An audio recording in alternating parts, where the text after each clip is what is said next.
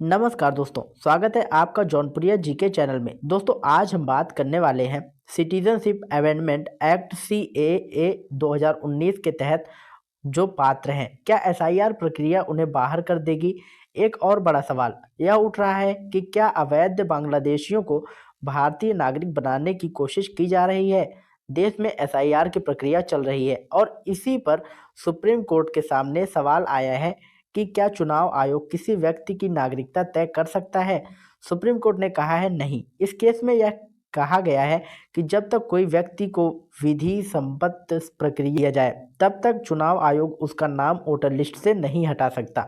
हाँ, चुनाव आयोग डॉक्यूमेंट्स जांच सकता है लेकिन नागरिकता तय नहीं कर सकता।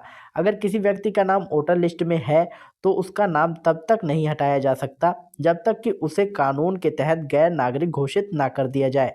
प्रक्रिया का पालन अनिवार्य है। मनमाने तरीके से डॉक्यूमेंट्स देखो, नहीं है तो हटा दो, ऐसा नहीं किया जा सकता।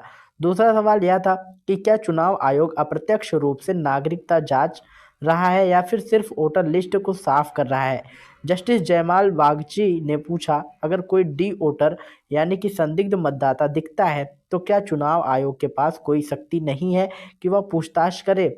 सुप्रीम कोर्ट ने कहा कि चुनाव आयोग ने कभी दावा नहीं किया कि वह किसी को नागरिक बना सकता है या किसी को नागरिकता से वंचित कर सकता है। तो सवाल यह रहता है कि क्या चुनाव आयोग डॉक्यूमेंट्स जांच सकता है कि कोई व्यक्ति वैध मतदाता है या नहीं, क्या वह भारत का नागरिक है या नहीं, क्या उसके पास मतदाता का वैध डॉक्यूमेंट्स है या नहीं। यह अधिकार चुनाव आयोग के पास है लेकिन नागरिकता का निर्णय उसका अधिकार नहीं है। मतदाता बनने के लिए दो चीज़ें चाहिए, पहला 18 वर्ष की आयु और दूसरा भारत में निवास।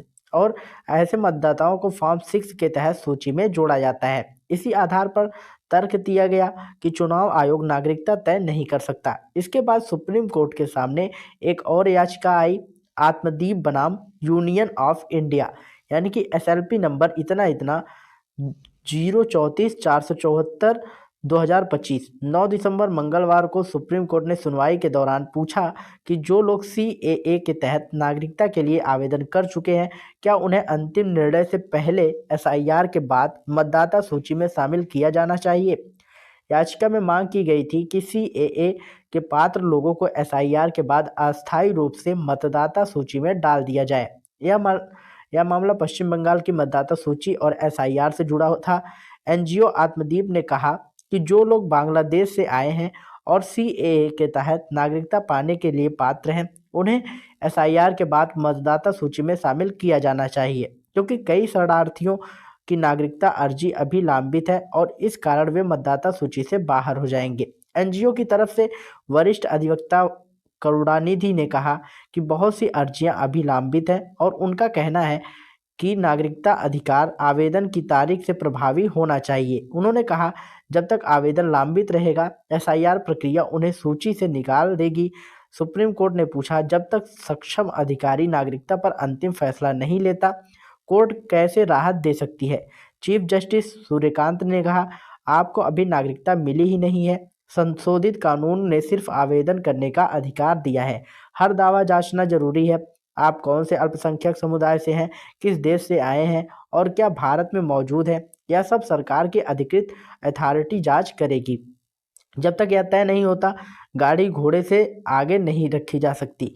पहले नागरिकता हासिल कीजिए, उसके बाद ही मतदाता सूची में नाम जोड़ने की बात होगी। जब तक नागरिक नहीं बने तब तक वोटर लिस्ट में नाम का सवाल ही नहीं पैदा होता। करुणानिधि ने कहा कि सरकार के लिए एक निश्चित समय तय होना चाहिए ताकि अर्जियां अनंत समय तक लंबित ना रहें। उन्होंने वासुदेव दत्ता बनाम स्टेट ऑफ वेस्ट बंगाल का हवाला दिया, जिससे पुलिस वेरिफिकेशन 6 महीने में पूरा करने का आदेश था। उनका कहना था कि सीएए जांच के लिए भी ऐसा समय सीमा होना चाहिए। सुप्रीम कोर्ट ने कहा कि याचिकाकर्ता एक एनजीओ है, कोई व्यक्तिगत आवेदक सामने नहीं आया, इसलिए अधिकतम यह हो सकता है कि प्रक्रिया को आसान बनाया जाए, लेकिन समय सीमा तय नहीं की जा सकती। सुप्रीम कोर्ट ने अनिच्छा दिखाई और कहा, यह हमसे नहीं हो पाएगा, यानी कोई समय सीमा तय नहीं की गई। चुनाव आयोग ने कहा कि नागरिकता तय करने की शक्ति केंद्र सरकार की है, ईसीआई की का इससे कोई संबंध नहीं है, यानी कि इलेक्शन कमीशन का इससे कोई संबंध नहीं है। कोर्ट ने कोई समस्या समय निश्चित नहीं किया और केंद्र सरकार को नोटिस जारी कर दिया। तो अब सवाल आपसे, जो लोग पड़ोसी देश से भारत आए हैं और सीएए के तहत आवेदन दे चुके हैं, जिनकी अर्जियां लंबित है, क्या उन्हें मतदाता सूची में शामिल किया जाना चाहिए या पहले नागरिकता का निर्णय होना चाहिए? अपनी राय कमेंट में जरूर बताइएगा। और दोस्तों, अगर आप लोगों को ये वीडियो पसंद आया तो वीडियो को लाइक करिएगा, शेयर करिएगा, और यदि चैनल पर पहली बार आए हैं तो चैनल को सब्सक्राइब करके बेल आइकन जरूर दबाइएगा। और दोस्तों, अगर आप लोगों को कहीं भी कोई भी समस्या आ रही है किसी डॉक्यूमेंट्स को लेकर, तो आप हमें कमेंट बॉक्स में बता सकते हैं। हमारी टीम आपकी पूरी सहायता करेगी। मिलते हैं नई वीडियो में नई अपडेट के साथ, तब तक के लिए जय हिंद, जय भारत।